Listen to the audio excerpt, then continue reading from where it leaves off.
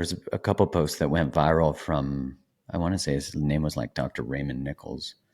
And he wrote some really good stuff, like that you weren't meant to go from seeing someone assassinated to seeing a funny TikTok video to seeing, like, we weren't meant to be exposed to that. And like, I have a friend who's a psychologist whose teenagers came home from school and they had just, I mean, they saw an assassination. Like, the exposure that we get to all of this violence that just comes across our screen, and we then become normalized to it. And I wonder if that numbing is actually desensitizes us to the empathy that's required to recognize how our words interact and how all that kind of stuff. Because like, we have gotten to a really, I would say, fragile, but also very eruptive and dangerous place. And Mm-hmm.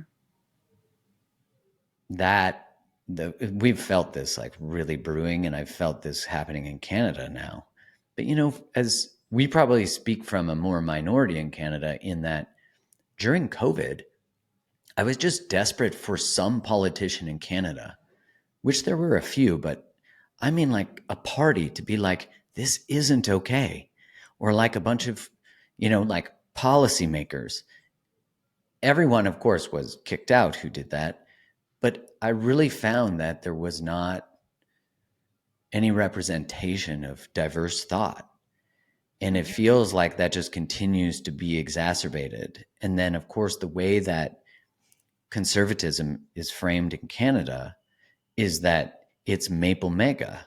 And so again, there's this attempt to just delegitimize any criticism of this ideology that exists on the left versus the right. And we're really living in two very different realities, yet we live in the same world. And that to me is the amplification of the algorithm. Mm-hmm.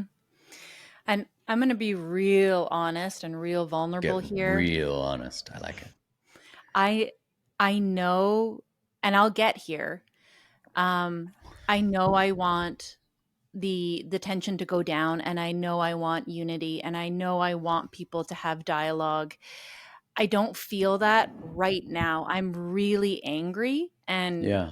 a little bit scared, Mm-hmm. and it making me feel, yeah, like the darkest part of COVID all over again. I'll never forget when they were actually building detention centers, Mm-hmm. and Justin Trudeau went on TV and he said, "How long will we tolerate these people?" Yeah. The pit of darkness that I felt in that moment, where I thought, do I need to leave Canada? Like, do I need to smuggle myself out of this country? I did smuggle myself. You did. And then I was in a group chat with my then friends who are not my friends anymore. And someone said, because I had mentioned we shouldn't judge people for their medical decisions, she said, "I can't tolerate people like you." And I just felt this, like, I lost everybody during that time. Mm-hmm. When you This needed feels like everybody. that all over again. And, I saw this beautiful post of this guy who's trying to bring everybody together. And he said, conservatives, say something nice about liberals. And it's beautiful what he's doing. And right now I'm like, no, Mm-hmm.